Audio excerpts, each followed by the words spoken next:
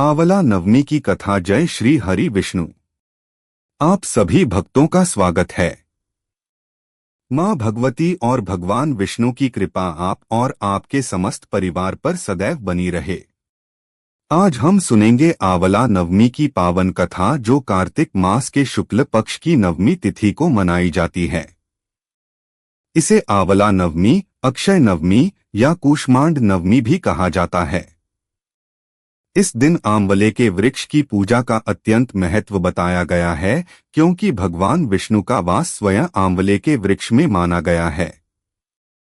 आए अब कथा को शुरू करते हैं। बहुत समय पहले की बात है। अयोध्या नगरी में एक ब्राह्मण और उसकी पत्नी रहते थे। दोनों अत्यंत धर्मपरायण, सत्यवादी और भगवत भक्त थे, किंतु संतानहीन होने के कारण बहुत दुखी रहते थे।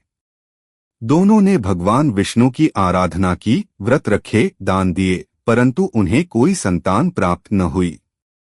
एक दिन कार्तिक शुक्ल नवमी का समय आया। उस दिन ब्राह्मण की पत्नी ने स्वप्न में एक तेजस्वी पुरुष को देखा, जो स्वयं भगवान विष्णु थे।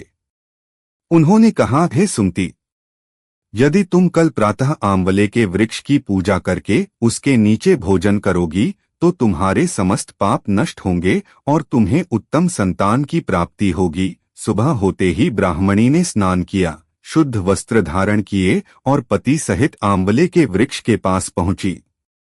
वहां दोनों ने गंगाजल से आंवले के वृक्ष को स्नान कराया, हल्दी, कुमकुम, चावल और पुष्पों से उसकी पूजा की, दीप जलाया और वृक्ष के नीचे भगवान विष्णु की प्रतिमा रखकर विष्णु सहस्रनाम का पाठ किया। फिर उन्होंने वहीं पर भोजन किया और ब्राह्मणों को भोजन कराया। उस दिन से उनके जीवन में सुख शांति आ गई। कुछ ही समय बाद उन्हें एक सुंदर और तेजस्वी पुत्र प्राप्त हुआ।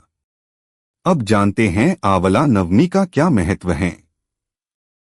इस तिथि को जो व्यक्ति श्रद्धा से आंवले के वृक्ष की पूजा करता है, उसके सभी कष्ट दूर होते हैं और उसे अक्षय पुण्य की प्राप्ति होती है। ऐसा कहा गया है कि आंवले के वृक्ष में भगवान विष्णु, लक्ष्मी और समस्त देवी देवता निवास करते हैं। इसलिए इस दिन आंवले के नीचे बैठकर भोजन करना, दान देना और कथा सुनना बहुत शुभ माना गया है। आंवले की पूजा किस प्रकार से करनी चाहिए, आइए जानते हैं। 1. प्रातःकाल स्नान कर व्रत का संकल्प लें। 2. आंवले के वृक्ष को जल, दूध और गंगाजल से स्नान कराएं। 3. रोली, चावल, पुष्प और दीप से पूजा करें। 4. भगवान विष्णु और माता लक्ष्मी की आरती करें। 5. आंवले के वृक्ष के नीचे बैठकर भोजन करें और ब्राह्मणों को भी भोजन कराएं। 6. दिन भर भक्ति और कथा श्रवण में समय बिताएं।